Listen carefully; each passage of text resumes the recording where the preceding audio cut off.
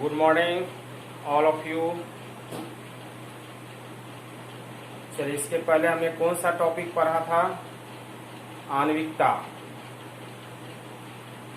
आणविकता में देखा आपने, जो अभिकारक था उसके अणुओं की संख्या को काउंटिंग करते था और जितना होता था वही उसकी आणविकता कहलाती थी। अब इसके बाद जो हम टॉपिक देखेंगे उसका नाम होगा द्रव्यानुपाती क्रिया का नियम। द्रव्यानुपाती क्रिया का नियम। ऐसे तो यह पढ़ने का आपको जरूरत नहीं है, क्योंकि आणविकता के बाद ऑर्डर ऑफ रिएक्शन पढ़ाना था हमको। ऑर्डर ऑफ रिएक्शन, अभिक्रिया की कोटि। लेकिन अभिक्रिया की कोटि अगर हम बताते डायरेक्ट तो फिर समझने में दिक्कत हो जाता है। इसीलिए उसके पहले हमने यह टॉपिक पढ़ाया, द्रव्यानुपाती क्रिया का नियम। यह पॉइंट आपको एक्स्ट्रा बता रहा हूं। अब द्रव्यानुपाती क्रिया का नियम के इंग्लिश क्या हुआ? The law of mass action. The law of mass action. अब यह द्रव्यानुपाती क्रिया का नियम क्या होगा, तो पहले हल्का समझ लीजिए। इसमें जो अभिक्रिया की दर होगा वह अभिकारकों के सक्रिय मात्राओं के गुणनफल के समानुपाती होगा। उसी को कहा जाएगा द्रव्यानुपाती क्रिया का नियम। अब देखेंगे इसकी परिभाषा क्या है। तो किसी अभिक्रिया की दर और उसके अभिकारकों के सक्रिय मात्राओं के गुणनफल। अभिक्रिया की दर उसके अभिकारकों के सक्रिय मात्राओं के गुणनफल के बीच में कैसा संबंध होता है? तो समानुपाती का संबंध है, प्रोपोर्शनल। तो उसे क्या कहा जाएगा? द्रव्यानुपाती क्रिया का नियम। अब आप सोचेंगे कि अभिक्रिया की दर क्या होगा, तो आप तो जानते हैं, इसके पहले इतना सारा चीज तो आपने पढ़ा है।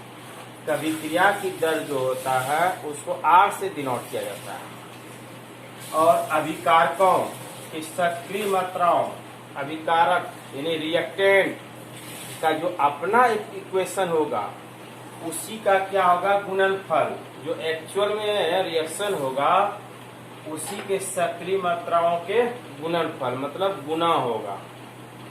तब इसको प्यूरिफाई करने के लिए, डिफाइन करने के लिए, एक्सप्लेनेशन करने के लिए हमें एग्जाम्पल लेना पड़ेगा। चलिए, इसकी एग्जाम्पल हम लेते हैं। एग्जाम्पल, माना कि अभिक्रिया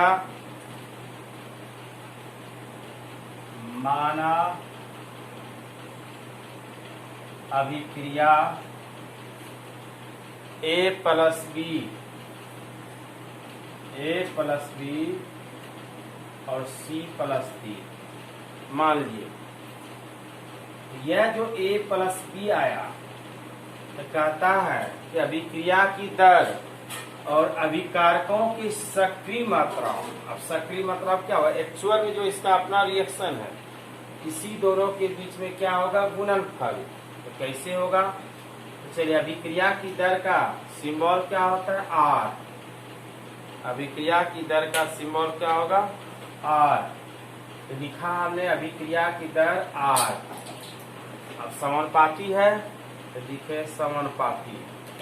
अभिकारकों में क्या आता है? A और B, और उसी के कहता है सक्रिय मात्राओं के गुणनफल। ध्यान से सुनते जाइए, सक्रिय मात्राओं के गुणनफल।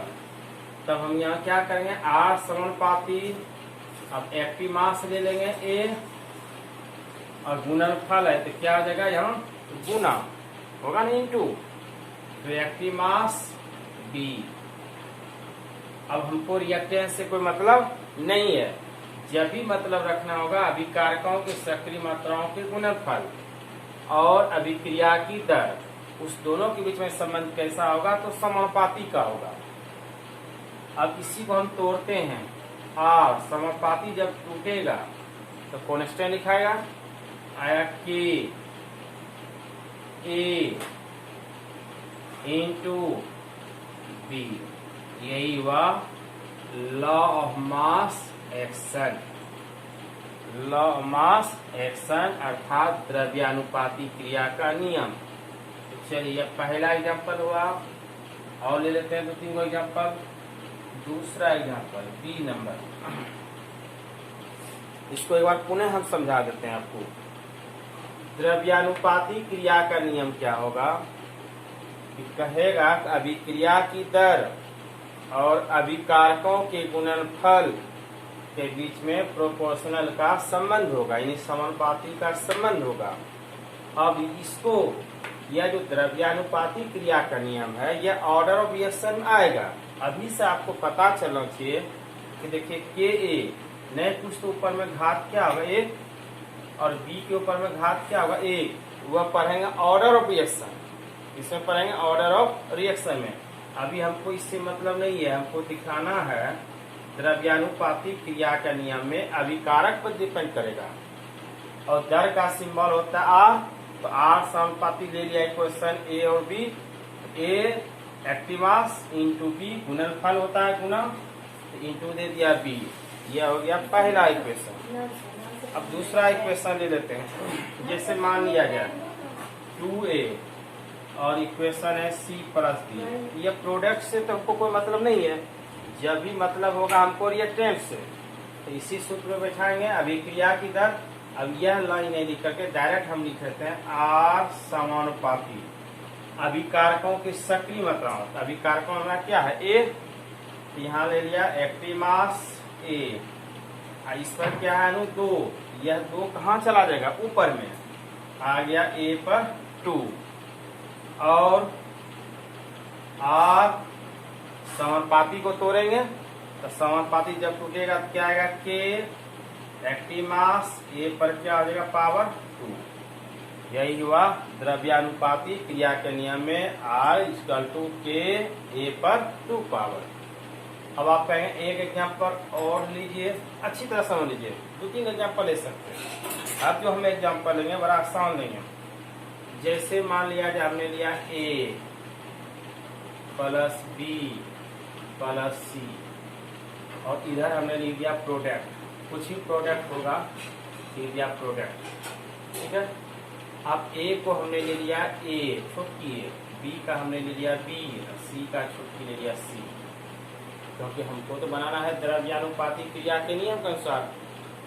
अब यहाँ पे क्या है अभिक्रिया की दर, तो लिखा हमने आर समानुपाती एक्टिव मास क्या है ए एक्टिव मास, इस पर यह जो ए आया है यह क्या होगा घातांक होगा, पावर होगा, ए के ऊपर चला जाएगा ए, और गुणनफल होता है इंटू गुना, फिर एक्टिव मास बी, और यह भी क्या होगा घातांक, चला गया ऊपर, प्लस एक्टिव मास इंटू देंगे ना, गुणनफल है ना, इंटू सी, और इस पर क्या होगा सी घातांक हो गया।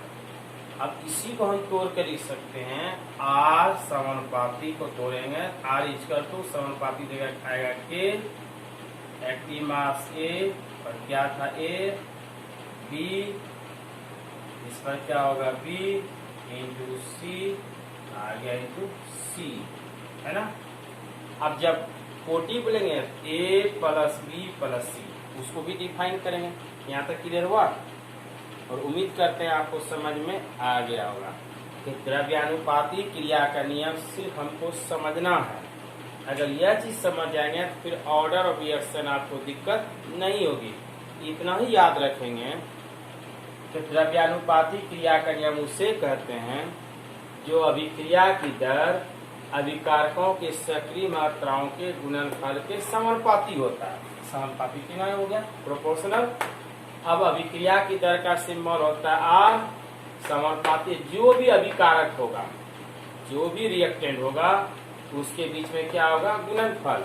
अब मान लिया इसके पास अणु 2 रहता तो ए पर 2 होता, नहीं कुछ है यहाँ पे 1 छिपा हुआ, यहाँ इंटू क्या है 1 है, क्लियर। इसी तरह दूसरा में 2a, देखिए यहाँ पे तरह तरह का एग्जाम्पल दिया हमने। अब आर समानुपाती ए, यहाँ अणु कितना है 2, तो 2 अणु जो है वह घातांक हो जाएगा। अब इसी में अणु था ए का ए अणु, तो यह क्या हुआ, ए पर क्या हुआ, ए एन ऊपर चला गया घातांक, बी का क्या था बी, छोटकी बी, तो बी क्या चला गया घातांक, और सी का छोटकी सी था, सी कहाँ चला गया घातांक। क्लियर, इसको ध्यान से देख लेंगे, अगर दिक्कत होगा तो फिर हमको फोन करके पूछ लेंगे। थैंक यू, धन्यवाद।